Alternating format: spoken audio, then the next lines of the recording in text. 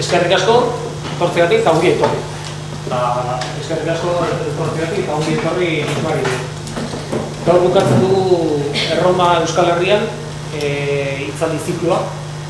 Pixko bat abiatu dituenetan gure asmoan zen batzutan badago oker uste bat. Euskal Herria nolabait asterixen erreske izan zela eta hori pixko bat argitzea, ez?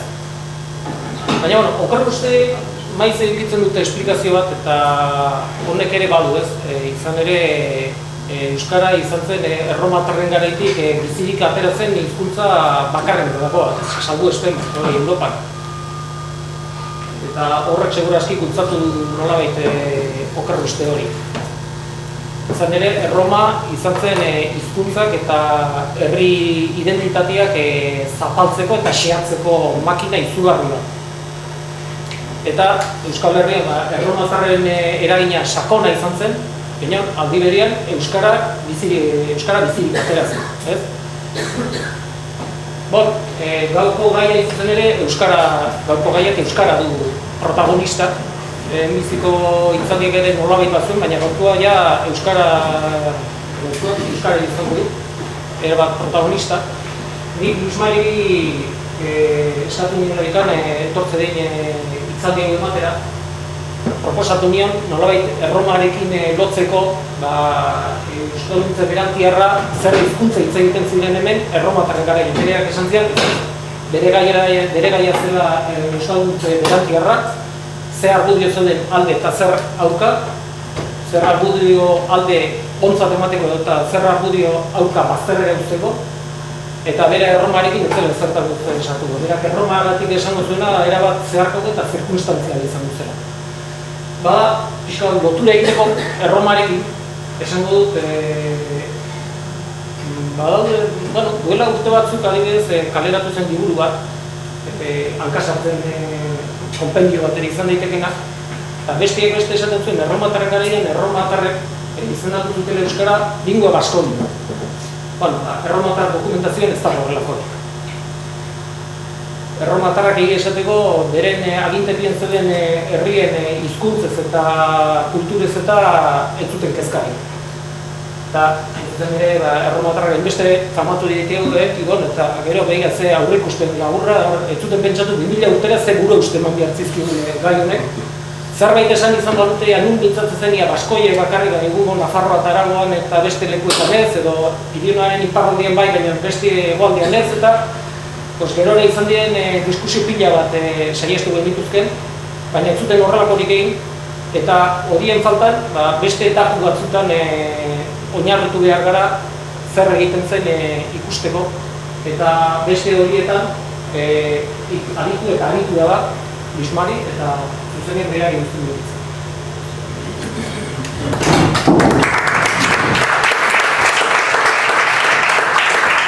Arratsaldeon. Gaurkoaren sorburua duela 2 urte pasatxo, 2017ko martxoa 7 izenburu berarekin Hernani egin nuen beste saio bat da. Hain zuzen, orduko hartan ezagutu nuen Jon Barandera. Honezkero, jakingo duzuenez, ikaragarrizko langile ez ezik, gizon tematxua da. Oso.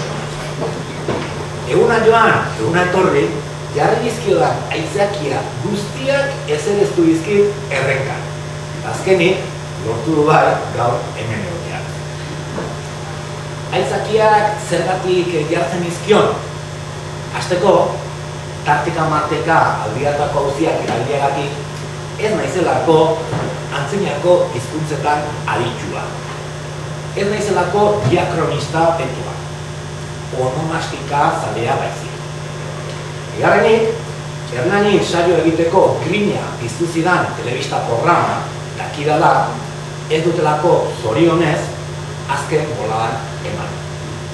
Eta azkenik, ez delako gauza bera etxean, lagun artean solastea eta kanpoan, zuek bezalako entzulego gogotxu bezain zorrot baten aurrean aritzen. Baina tira, Jonen pertsekuzioaz gainera, badira gaur hona ekarri nauten beste bizpahiru arrazoi. garrantzitsuna da, oraindik badagoela euskalduntze berantiarraren teoria hauspotzen jarraitzen duenik. Bai hemen, Euskal Herrian, baita atzerrian, Espainian platikan. Beste arrazoi bat da, bereia azerak eta euskalduntze berantiarraren teoriak zerikusirik ez duela erakutsi nahi izatea. Eta naho, horretarako plaza egokia izan daitekela. Azkenik, Beñola, begira, latinaren aurreko hizkuntzez hautatu zitzaidala aitortu behar dizuet. Eskerrak, honestez, Jon Basadorari, Elgoibarko Izarrari, Ilunberri Akademiari, Elgoibarko Udalari eta noski zuei guztioi gaur hurbiltzeagatik. Estimatu. Saioa 5 ataletan banatuko. Bat, zer da euskalduntze berantiarraren teoria? 2, nor eta noiz plazaratutako teoria da? 3, egia ala gezurra da? 4, euskalduntze berantiarra eta belegea. Eta 5, galde erantzuna. Daukagu zatxo bat, nola saltzen dudan, informatika zatxo bat, hauzitxo bat daukagu. Oztaiketor, ikusten zuten pantailan, jarri dizkiate, saioaren hastapenean 3 bideo zati jarriko dizkizuet. Hasieran baina. Gero ja, azteko eta ia eta ez horrela ibili beharko. Eta volumenak etxiko dugu. Eta volumenarek etxiko dugu. Hortaz, importantea da pixka bat, uler dezazuen edo, euskalduntze berantiarraren abarkadura modernoena eta muturrekoena zertan datzan, nik aurkeztu ordez, pentsatu dut egokiena dela, eurak azaltzea, eta hortarako Euskal Telebistan eman zuten dokumental baten baigu ataltxo jarreko ditu, bai. Dakidala ondo prestatuak neuzkan, eta hor klip bat egin da, bideoak hasi barko zuketen, baina hor jarri izkiate ikustetu zute hor, zenbat fase norko ditugu, hasiera igual ez du, nahiko nuken erritmoan izango, berak lagunduko dit, Ibonek lagunduko dit, baina, bueno, zaudete lasai, hori hasierako 20 minutu izango dira bakarrik. Gero ja, ari hartuko dut, eta nahiko nuke, ez ibili beharra, alegia, intro bat eman da, ateako aldia irudiako. Bai, barkatuko dira zuen, baina, gauzen, hau bada bilen, hau ere egin aurretik, ohar bat, ipini nahi dut hainbat lasterren. Euskalduntze berantiarraren teoriak abarkadura asko ditu. Labur beharrez, nolabait esan, kimu berrienari edo muturrekoenari besterik ez diot helduko. Hortaz, ez ditut historian zehar teoria hori defendatu duten ikertzaile guztien ideiak eta argudioak errepasatuko.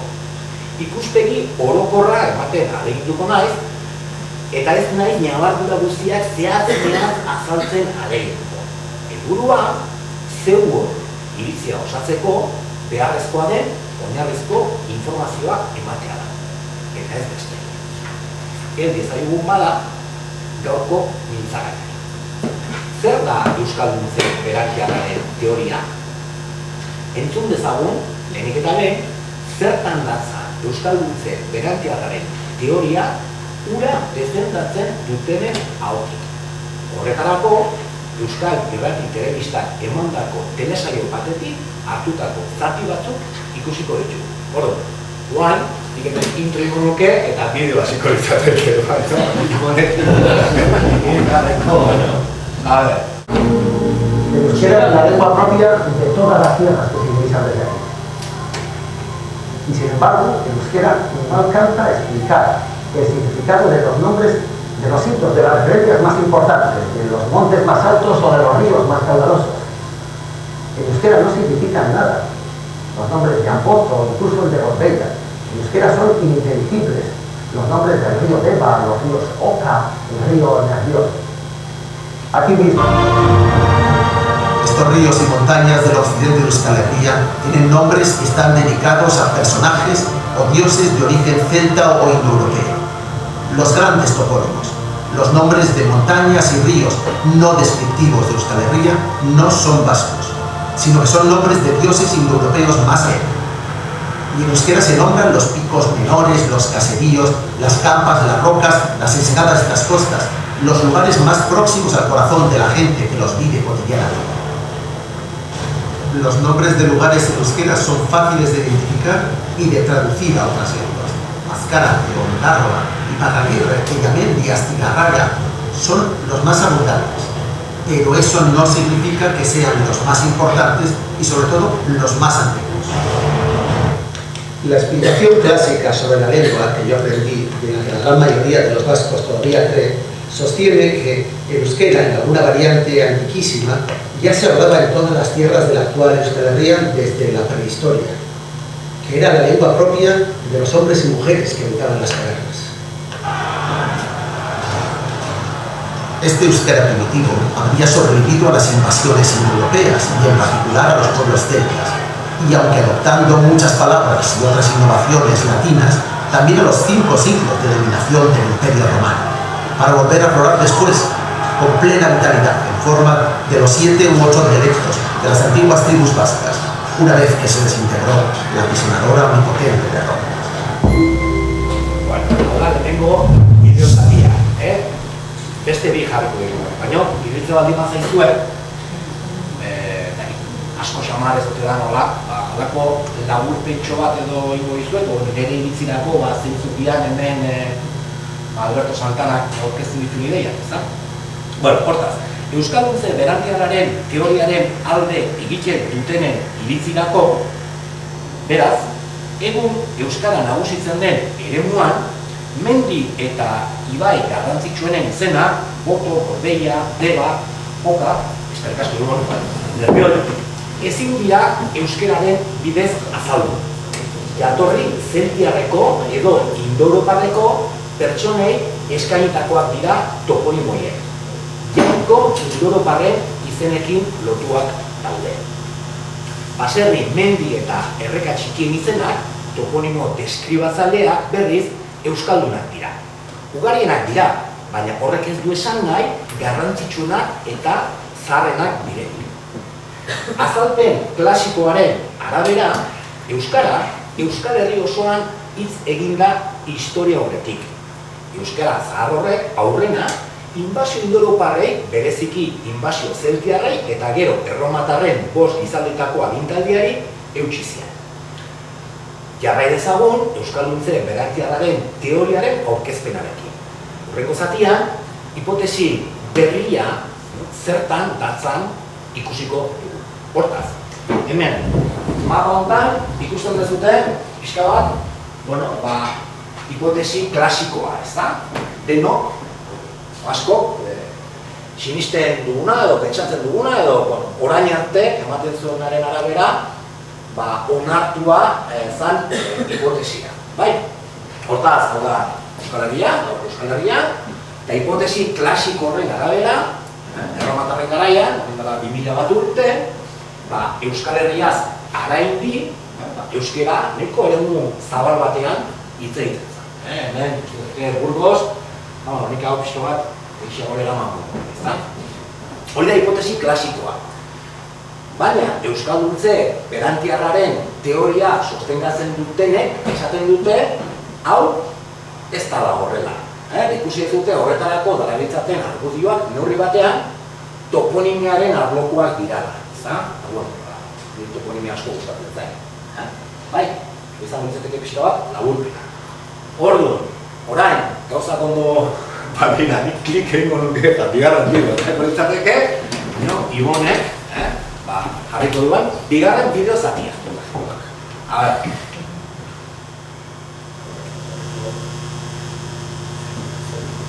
Este siglo se repite que en el pasado el euskera se hablaba en un área mucho más extensa que ahora y que, al menos desde la época romana, no ha hecho más que retroceder y debilitarse, como las ondas de agua que desaparecen de la superficie del estanque.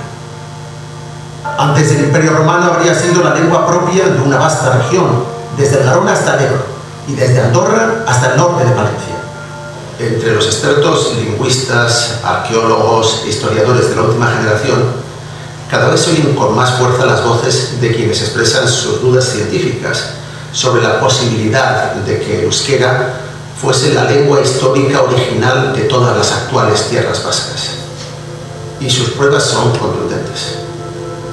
Unida por una abrumadora mayoría de expertos extranjeros y cada vez por más historiadores vascos de la lengua, sostiene que estos territorios occidentales de la actual Euskal Herria, Vizcaya, Araba, Guipúzcoa, fueron vasquizados, euskaldunizados muy tarde, probablemente por individuos contagiados de modas culturales procedentes de la cara norte de los Pirineos, de aquel lugar, aquel territorio al que los romanos habían denominado Aquitania, que sería el solar originario de la lengua vasca. En concreto, dudan de que antes de la caída del Imperio Romano, o más en concreto aún, difícilmente antes del siglo VI, se hablase algo de la lengua vasca en Vizcaya, Araba y Guipúzcoa, y mucho menos en los territorios situados más al sur y al oeste del actual País Vasco. Yo creo que hablaba en la lengua, bueno, la que aparece en la lápida, en latín provincial. Posiblemente el latín ya era una lengua establecida en esta época para la gente de cierto nivel económico. Si acaso había una estación de bilingüismo, estaba el latín por un lado, por encima, y una lengua indoeuropea por debajo. En esta zona, en este valle, hace 1800 años y en épocas anteriores, no se hablaba euskera. Bien, lo que sabemos casi con certeza es que no antes del siglo VI. Y claramente, a partir del siglo VI, lo que no sabemos es con qué rapidez o en qué grado se empezó a escalonizar esta zona. Pero es a partir del siglo VI en el que el euskera que conocemos actualmente, el euskera que se denomina euskera occidental, el que forma parte del vizcaíno, surge en ese momento, no antes. Basándose en estas inscripciones de Lorriaga y en otras muchas que han aparecido en Vizcaya, Araba y Guipúzcoa, lo que dicen Joseba Baito y otros expertos científicos como él es que la lengua histórica de estos territorios, antes del latín, no era euskera, sino una lengua indígena de tipo celta o indoeuropeo.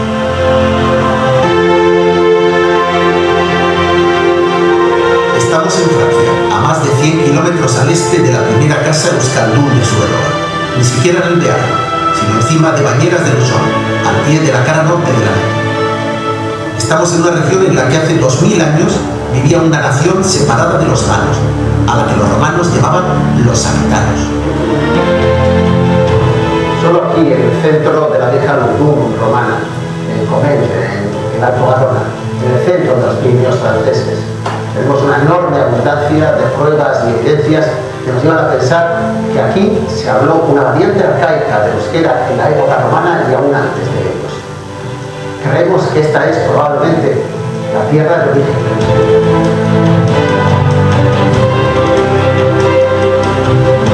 Desde aquí se domina el valle alto del río Garona, que según Julio César era la frontera entre los galos y los aquitanos.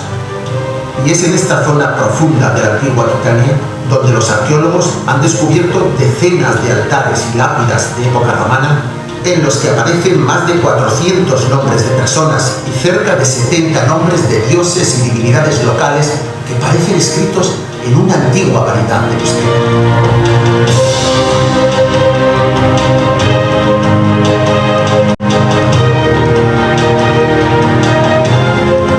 En otras regiones de Euskal Herria, en el oeste, también se están encontrando muchos altares y lápidas antiguas de época romana, pero los nombres de dioses y de personas que aparecen escritos en ellos no son vascos.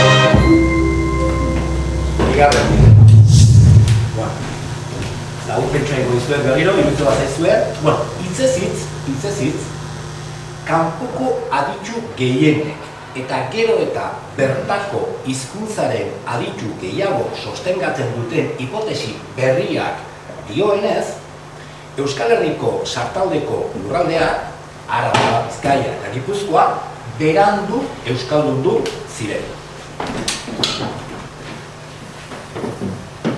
Pirinioen iparraldetik, Akitaniatik etorretako pertsonek kutsatuta. Dituzten frogak oso sendoak omen dira. Labur adierazita, euskararen sorterria Akitania da. Eta adituek zalantzan jartzen dute 6. gizaldiaren aurretik, Araban, Bizkaian eta Gipuzkoan euskaraz hitz egiten zera. are gutxiago Euskal Herriaren ondoko lurraldeetan. Eta ze hizkuntza hitz egiten zuten bada hemen bizi zirenek?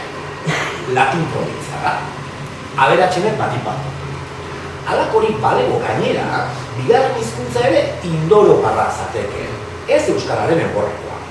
Laburri, latinaren aurretik, erromatarrak iritsi zinetik, hemen ez zen euskaraz hitz egiten. Hizkuntza zeltiarra, indoeuroparra erabiltzen zen. Galian, Euskal Herritik 100 kilometro baino gehiagora, Bañez de Muxon eta San Bertran de Comintzen duela 2000 urte akitaniarrak bizi ziren. Eta euskararen aldaki zaharren bat hitz egiten zuten. Ura dateke hain justu euskararen jatorrizko lurraldean. Amaitzeko, hirugarren bideo zatian, euskalduntze berantiarraren teoriaren alde daudenen ustez, euskara, Euskal Herria, nola eta zergatik iritsi zen ikusiko dugu. Igonen jarriko dugu eta hau da azkeneko bideo zatia.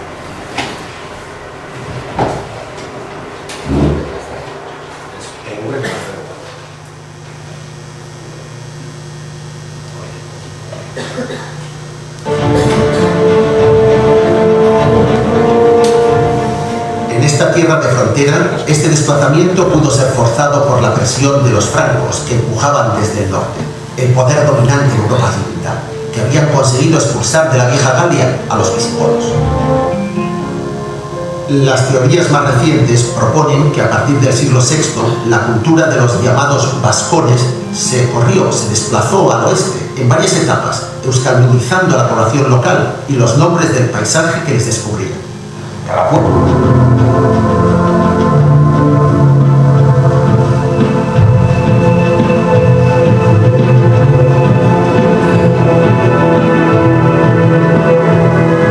La nueva hipótesis de la expansión tardía del euskera propone que esta lengua, venida de los valles pirenaicos, se consolidó en el entorno de la ciudad de Pamplona y que a partir del siglo VI se contagió a través de la Sakana hacia la llanada alavesa, para después saltar a los valles de la vertiente atlántica de Euskal Herria, dividiéndose en reinos.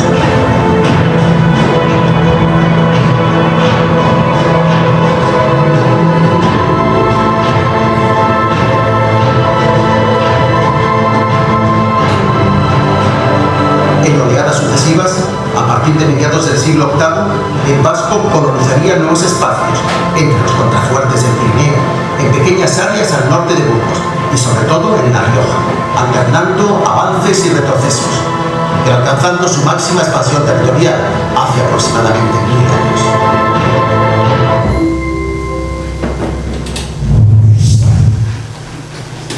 Teoria berrienek diotenez bestez, seigarren gizalditik aurrera, baskoien o akitanaren kultura eta hizkuntza sartalderantz lekualdatu zen.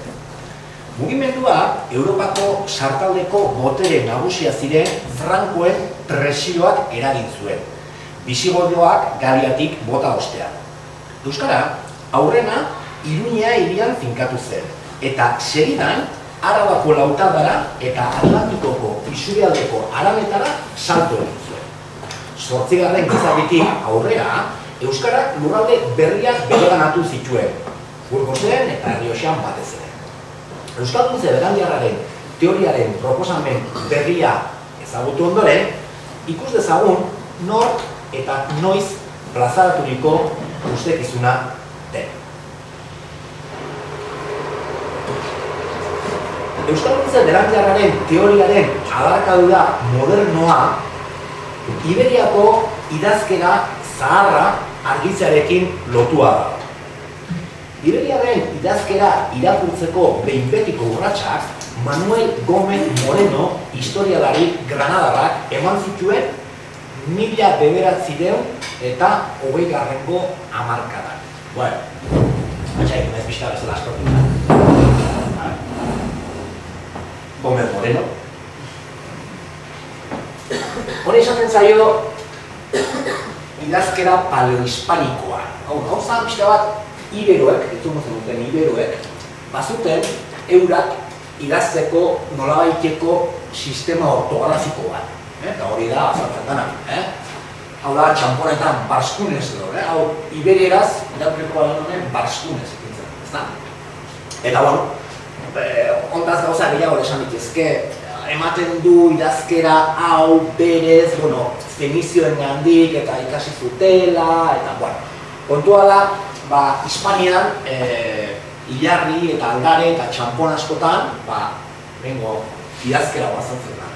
Horrizten zaio, idazkera paleo-hispanikoa, Hispaniako idazkera zaharra, gure artearen zeiteko, iberiarren sistema ortografikoa. Zeltibiriarrek ere intzieten kopiatu intzieten, eta zeltibiriarrek ere hasi ziren, erromatarrak iritsi zidanean, uste bere nortasunaren zera egiteko, pixka bat, aldarrikapen egiteko, hasi ziren idazkera mota hau erabiltzen, bai? Oain, emango ditugu urraz gehiago. Begira, zer esaten duen, eta zerbaitik esango dizuet orain, 1925an, sobre los iberos y su lengua lan batean, esaten du Gómez Moreno.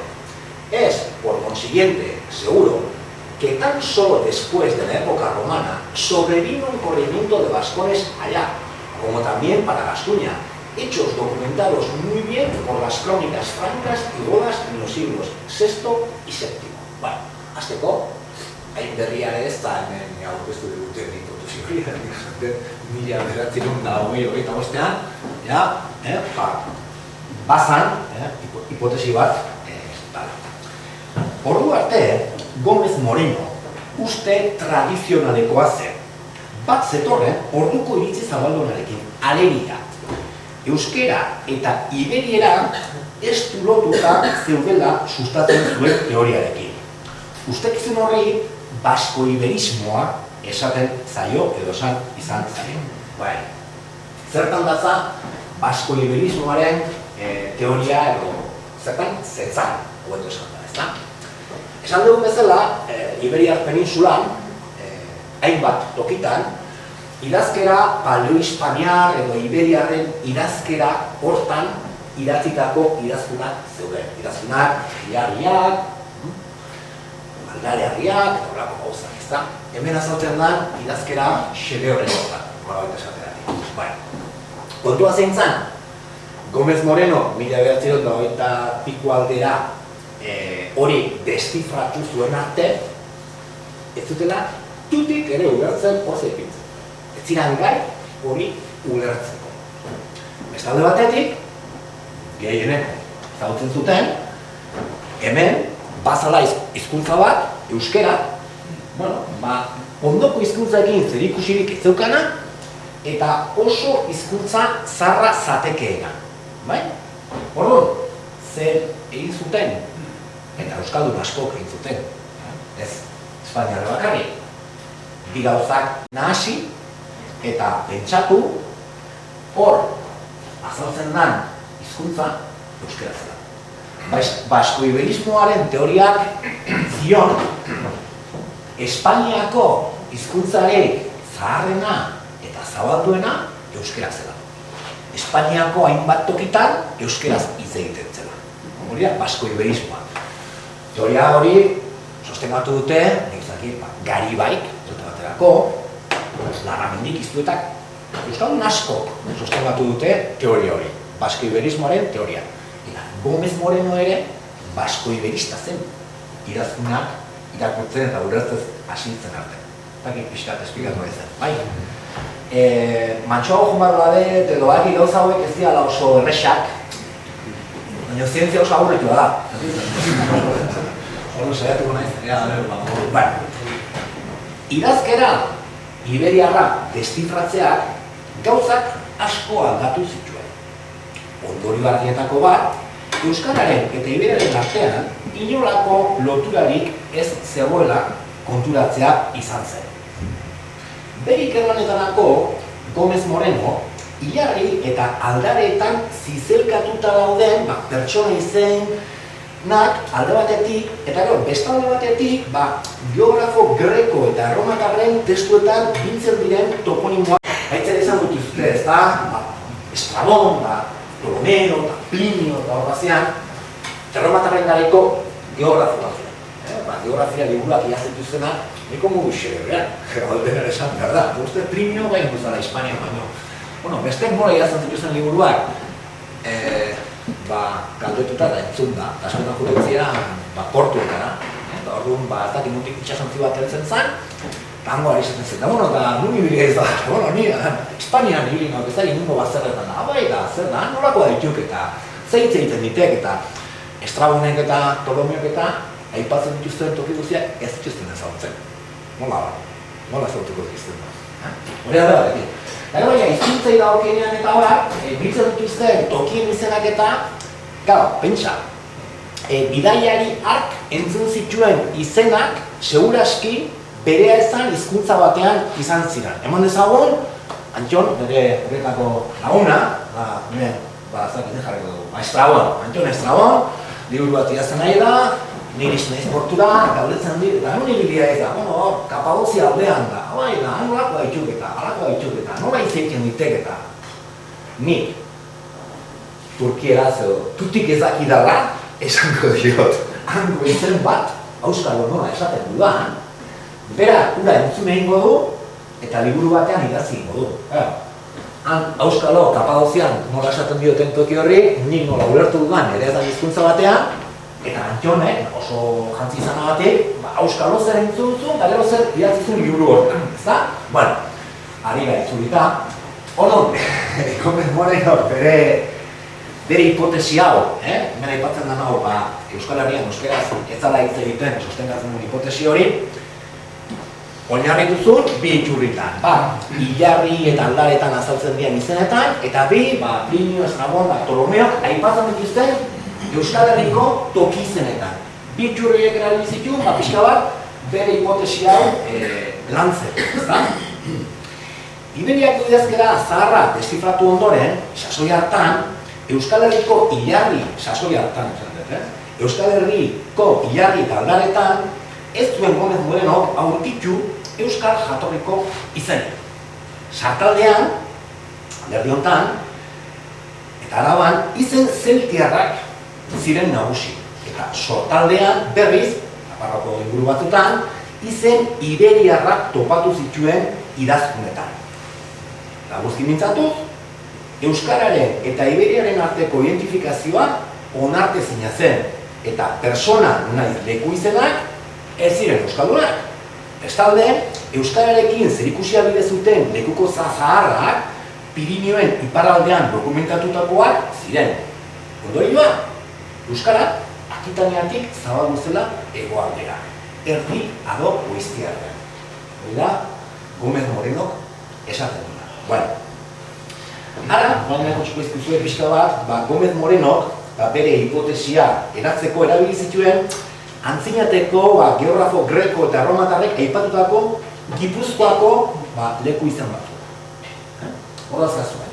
Nire esan dizudan, liburu horietan, hemen Gipuzkoan aipatzen dituzten tokien izenak, partik dude, Oiartzun hori esan gabekoa, ez da hori neko ezaguna da, baina bueno, aipatzen dira, Magalada, Mengastiko, hau gozen dute, seguraski Urume ibaiarekin. Aditu esaten dute, bizen horiek izan daitezkela, Urume ibaia zeatik, izenak noraite errenkan eta azaltzen dialako eta horrekin lozen dituzte. Morogi hori kokatu izan dute, hor Astigarragan, Murgian. Menoska kokatu izan dute, Getaria Zarautz arte hortan. Tritium turboricum, Mutricum. Eta Deba. Dibaia, nik uste zalantzari gabeko zera badala, eta nego makidu Deba hori ez dala Euskal jatorriko izena. Gauza da Euskal jatorri izatea, eta beste Euskalduna izatea. Bat duzen den diferentzia? Ez? Bai. Harik ikateatzen ez, ez? Honek izan gara Luis Mari Zaldua. Bai. Luis Mari Zaldua. Zaldua ez da Euskal jatorriko deitura bat. Latinean du jatorria. Saltuz. Basotxua. Erderak soto eman duena, ez da? Ni, beraz, erderara itzuliko baluten ere deitura, soto. Bai? Kontua zein da? Euskaldunek, saltuz hori euren hizkuntzara egokitu egin zuten, eta zaldua bihurtu zuten. Hispanian, saltuzetik soto sortuzte bezala. Orduan, euskalduntasuna, gauzen euskalduntasuna, ez dago jatorrian. Dago erabilpenean, eta erabilpen horretan egiten dan moldaketan. Orduan, euskalduna dan o ez dan erabakitzeko ez aio jatorriari erreparatu behar. Euskaldunek euren hizkuntzan erabili eta moldatu dute. Nik esate bai zuei askatasunaren asmoa, ausarta, leiala eta bortitza da euskaraz ari naiz? Bai ez? Denagatik. Jatorria eta erabilpena. Konforme? Bai. Ez du gustatu isirik dituzen. Zer esan negatiboa. Bueno, a ver, zeitzuko edo pixka bat. Era berean, Araban eta Nafarroan garai hartan, 1925an, ezagutzen ziren hilarrietan eta azaltzen dian persona izenak. Hor duzue, Ablonius, Ambatus, da hor, nik ezagit. Arai, Araika, Gizarretean pila haurea, Ampati, Ambata, Araika, bueno, gero beste alderdi batetan, aholeko beste alderdi batetan ere, badaude, ez da, Arrakas, Pieka, bueno. Hoi dira, Gómez Moreno, 1925 urtean, bere hipotesia oinarritzeko erabili zituen izenak. Konforme, hilarrietan, ez zian euskal izenak azaltzen. Geografo erromatar eta grekoen liburuetan, ez zian euskal izenak azaltzen. Hortan oinarritu zuen, bere teoria 1925 aldortan Gómez Moreno. Bueno, usten da, Euskal Irrati Telebistako saioan esaten duten bezain berria eta berritzailea ez da hasteko teoria hori, ez da? Nire ibilpenea, bai? Bueno, Karo Baroja, Michelena, Gorrotxategi, naiz Salaberiren mailako euskalariak ustekeria horren aurka egon arren, duela 5 urte, Euskal Irrati Telebistak euskalduntze berantiarraren teoria hauspotu zuen. Indar handiz gainera. 2014ko irailean Alberto Santana zuzendutako Baskoniako historia bat dokumentala aurkeztu zuten Donostiako zinemaldian. Euskal Irrati Telebistako zuzendari orokorrak esan zuenez, dokumentalaren erlatua prestigiozko dokumentalen mailakoa da, eta zientzialariek darabiltzaten datuak era argi eta ulergarrian aurkezten ditu. Bere hitzetan, dokumentalak euskararen jatorriari buruz plazaratzen duen teoria ez dago oso zabaldua, baina arlo ezberdinetako ikertzaile aurkikuntza eta hausnarketa garrantzitsuak jarri dituzte mahai gainean. Divulgazio lana hau, eztabaida zientifikoa aberastera datorren ekarpena da, erantsi zuen. Urtebete beranduago, 2015ko irailean, Euskal Irrati Telebistako Baskoniako historia bat dokumental sorta ematen hasi ziren. Aurren euskaraz eta ondoren gaztelaniaz. Euskalduntze berantiarrari buruzko dokumentala, zinemaldian aurkeztutakoa, sortaren 4. atala zen. Orduz geroztik, behin baino gehiagotan eman dute dokumentala, bai euskaraz, bai gaztelaniaz. Dokumental sortak Euskal Herriko historiaz dauden mitoak eta okerreko usteak desegiteko asmoa omen zuen. Zuzendariak zionez. Alderantzizkoak gertatu zan ordea, hainbat ikertzaile euskarari dokumentalean esandakoaren aurka azaldu baitziren berehala. Bertan, elkarrizketatua izan zen Joakin Gorrotxategi Barrine. 2016ko urrian, Aitzol Altuna zein Mikel Sorauren historialariak eta Juan Martin Lespuru hizkuntzalaria buru zituen euskaltzale talde batek, euskalduntze berantiarra dokumentala salatzen zuen idatzia plazaratu zuen. Sinatzaileek, beren ezinegona azaldu zioten Euskal Irrati Telebistari, argudiatuz, erakunde publikoa den neurrian, gure historialari eta hizkuntzalari ia guztiekin bat ezatozen hipotesiak ezin finantza gaitezkeela. Are gutxiago gure herriaren kontrakoak direnean. Azkenik, dei egiten zieten Euskal Herriko historia, kultura eta hizkuntza defendatzeko ardura duten erakunde publikoei eta pribatuei, zein pertsonei, dokumentalari buruzko iritzia eman zezaten, eta dokumental sortaren laugarren atala behintzat berriro eman ez zezan eskatu zioten Euskal Irrati Telebistari. Sinatu zutenak, eta Aito Galtunak liburu bat idatzi zuen. Ikusten denez, dezentego karapita sortu zuen Euskalduntze berantiarraren teoria auspotu zuen Euskal Irrati Telebistaren dokumentalak. Egia ala gezurra da. Honezkeo, galdeteren hasiak izango zarete Euskalduntze berantiarraren ditxosozko teoria hori egia ala gezurra den. Galdera hori erantzuten laguntzeko bi itxuri erabiliko ditu. Epigrafia eta toponimia. Ilarrietan eta aldaretan zizelkaturiko idazkunekin hasiko naiz. Epigrafia esaten zaionarekin alegia. 1980an, Gómez Moreno bere teoria plazaratu zuenetik 35 urtera, irudian ikus zenezaketen hilarria aurkitu zuten Nafarroan. Non eta Lergan. Bueno, Lerga dago, gutxi gora bera, Tafalla, Unseko San Martin, Eslava, Iruñetik bera, Tafallatik nolabait ere sortaldegu. Alegia ez dagoela Aramon goizuetan. Tafallatik bera dago. Tafalla eta Zanguzartin. Bakatu? Tafalla eta Zanguzartin. Bai, Tafallatik sortaldera, hor daude Unseko San Martin, Usue, Eslava, Zarakazteu, inguru horretako berri bada, ezta?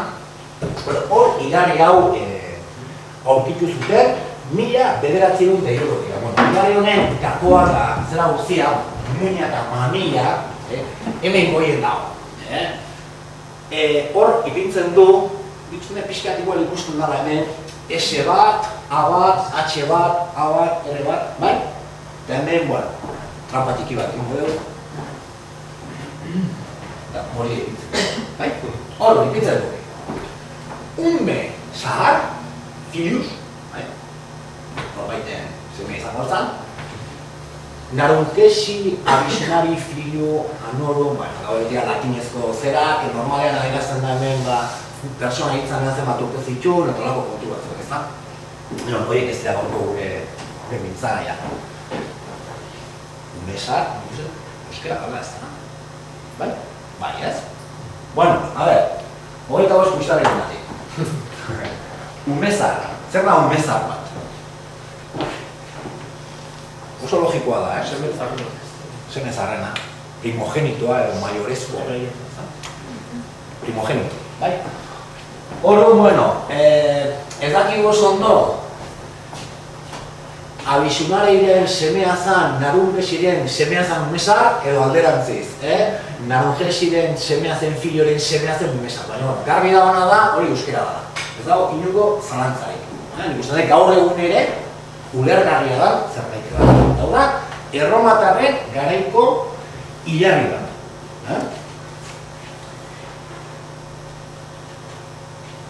Honen beste azalpenik edo beharko luke, ez da? Lergako aurkikuntzaz gainera, 60ko hamarkadaz geroztik, Ego Euskal Herriko hainbat tokitan, batez ere Nafarroan, Pirinioez beste aldeko izen akiteanaren antzeko persona eta jainko izenen lekukotasunak agertu dira. Ez dira, ez zeltiarrak, ez iberiarrak, euskeraren saiekuak baizik. Irudian, hilarrietan irakur daitezkeen euskal kutsuko pertsona izenak. Gorriz. Gorriz. Ez dira asko, baina egon, badaude. Bai? Bueno, ez dakit, Bison Soniz, gauza da, inkotu Ariz, edo soria da, baina, bat hola gertukoa, hemen, Oiartzunen, hor, badago hilarri bat, elean da asko epintzen du, Valerius o Valeria Beltesoniz. Beltesoniz da, Valerius o Valeria horren aitaren izena, bai? Hau gaitza bat izute, hori latineko ondarkia edo kasu marka da, dago Belteso, eta so bukaera esate baterako, guraso, arbaso, aitaso, hori euskera da, esate dute beltzekin lotua dagoen zerbait dela. Oiartzunen, hor badaukagu, ilargi bat, euskerazko persona izen bat, aita o guraso baten izena daukana, ezta? Hemen, Araban, hozkagu, Lut Belkotio, Lut Belzar, Zar, lurrekin loze dituzten, beltz, oain dara 2000 urteko konpletazari gara, baina, aditxuek, ez nik, horrekin, zalantza gutxi ikusten dituzte, ezta? Hau da, Oiartzunen dagoen zera hori, ilarri hori, ikusi behar zute, zoragarria da, San Pedro museoan dago, Beiteso, hori, euskera dela, ikusten dut, jende gutxik, zalantza jarri ditula. Mapan ikusi ditugunekin batera, oso garrantzitsuak dira Nafarroako bi erakuskari edo bi zera, ezta? Hemengo bi hauek, ezta? Igual badakik gauza hauek txapa xamarra dela, baina esan behar dut, ezta? Hauek Nafarroan azaldutako bi hilarri dira, eta hor azaltzen dian izenak, Ordunetxi, hau zan, erromatarren armadan burukan egitako definari bat, eta beste hau, Urtsa, Atetelio hauek izen iberiarrak dira, ez izen euskaldunak, izen iberiarrak dira. Baina, zein da izen hauek duten garrantzia? Euskal fonetikara moldatuta daudela. Ikusten dut hemen, hori eratzen dago, TS bat, TS. Bai, ikusten dute, TS bat dauka honek. Eta honek, hemen, H bat dauka. Hori, euskera da. Iberieraz, ez dago aspiraziorik. Eta ez dira, ematen, txistukari afrikatuak grafia horrekin. Orduan, egin kontu, gaur egun bezala, ez da? Antxon, edo Jon, edo Peri, Nimari, ez dira euskal jatorriko izena. Ez dakit, jumari uste duiz Frantzia nadala, bai? Ez dira euskal jatorriko izena. Baina, Antxon, Luis, bai? Euskarara moldatu daude, ordu. Izen, iberiar hauek ere, garbi ikusten da, euskarara moldatuta daudela, iberieraz honek ez du existitzen. Eta iberieraz H-ak ez du existitzen. Bai, honek za esaten digu. Horiek, euskaldunek erabiltzen zituzten izen iberiarrak zira. Hori adierazten digu argi eta garbi. Euskal Herritik kanpo ere, Euskal Enborreko pertsona izenak azaldu dira hilarri eta aldaretan.